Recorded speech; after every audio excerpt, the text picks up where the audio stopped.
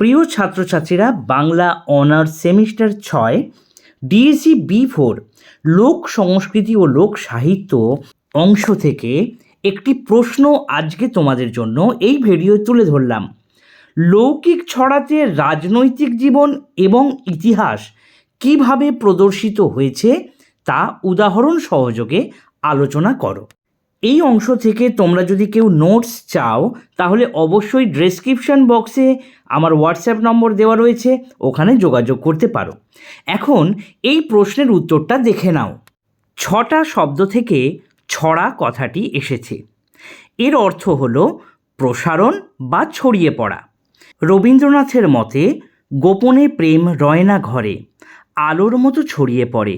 সাধারণভাবে ছড়া হলো হালকা চালের কবিতা, যার মধ্যে ভাব ও ছন্দবদ্ধ পংক্তি উভয়ই পাওয়া যায়। ছড়া মূলত শিশুদের জন্যই রচিত। প্রকৃতপক্ষে ছড়া লঘু চপল বিষয়, সহজ সরল ভাষায় রচিত এমন এক লৌকিক রসের ছোট কবিতা, যার রসোপলব্ধি শিশু মনোরঞ্জনের জন্যই। বিশ্বকবি রবীন্দ্রনাথ ঠাকুর লোকসাহিত্য গ্রন্থে লিখেছেন, শিশু মনোবিজ্ঞানের কোনো সূত্র সম্মুখে রাখিয়া ছড়া রচিত হয় নাই। এরপর প্যারা করে তোমরা লিখছ, যোগীন্দ্রনাথ সরকারের খুকুমণির ছড়া গ্রন্থের ভূমিকা অংশ লিখেছিলেন রামেন্দ্র সুন্দর ত্রিবেদী।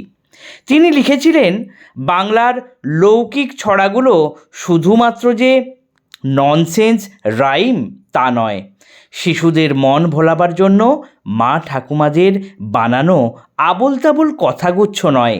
এর মধ্যে কোনো আধ্যাত্মিক তত্ত্ব সমৃদ্ধ না থাকলেও ইতিহাস ও তৎকালীন রাজনৈতিক জীবনকে ধরে রেখেছে। ছড়া অতি প্রাচীন এক লোকসাহিত্য। শিশুর ঘুম পাড়ানি ছড়াতে লুকিয়ে আছে ঐতিহাসিক সত্তা। এবার একটা ছড়া লাইন দিয়ে দিলে, খোকা ঘুমালো পাড়া জুড়ালো বর্গি এলো দেশে, বুলবুলিতে ধান খেয়েছে খাজনা দেবে কিসে। এই ছড়ার মধ্যে স্পষ্ট প্রতীয়মান হয় বাংলার কৃষিভিত্তিক সমাজ। ধান বিক্রি করে কৃষক জমিদারকে খাজনা দেয়, কিন্তু একই সঙ্গে বর্গির আক্রমণ এর কথাও কিন্তু উঠে আসে। বর্গীদের অত্যাচার, লুটপাটে কৃষিকাজ করা যায় না, তার উপর পাখির অত্যাচার, সমস্ত ধান নষ্ট হতে থাকে।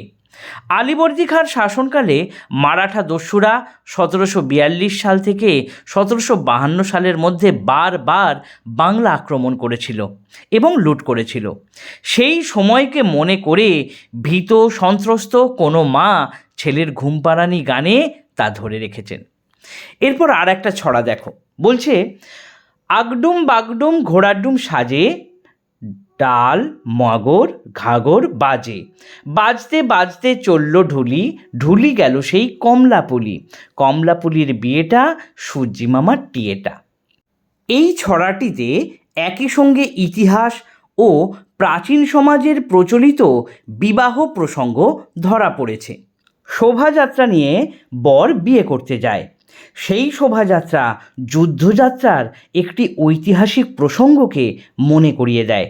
তা হলো, একসময় সমাজে কন্যা সন্তান কম ছিল, তাই বলপূর্বক কন্যা হরণ করে বিবাহের রীতি প্রচলিত ছিল।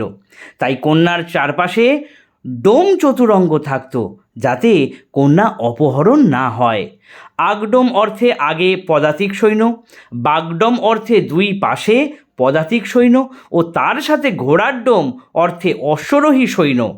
বাংলার লোকায়ত জীবনের ছবির পাশাপাশি ইতিহাস ও রাজনৈতিক জীবন প্রত্যক্ষ করা যায়। এই পর্যন্ত তো লিখলে, এরপরে তুমি কিন্তু অন্নদাশঙ্কর রায়ের তেলের শিশি ভাঙলো বলে এই যে কবিতাটি, অর্থাৎ খুকু ও খোকা, এই কবিতাটির প্রসঙ্গ তুমি শেষে যোগ করে দিতে পারো, তাহলে দেখবে লেখাটা আরও সুন্দর হয়ে উঠবে। এই নোটসটা আশা করি তোমরা বুঝতে পেরেছো। এই রকম আরও অনেক নোটস তোমরা যদি চাও তাহলে আমাকে অবশ্যই হোয়াটসঅ্যাপে যোগাযোগ করো। ধন্যবাদ।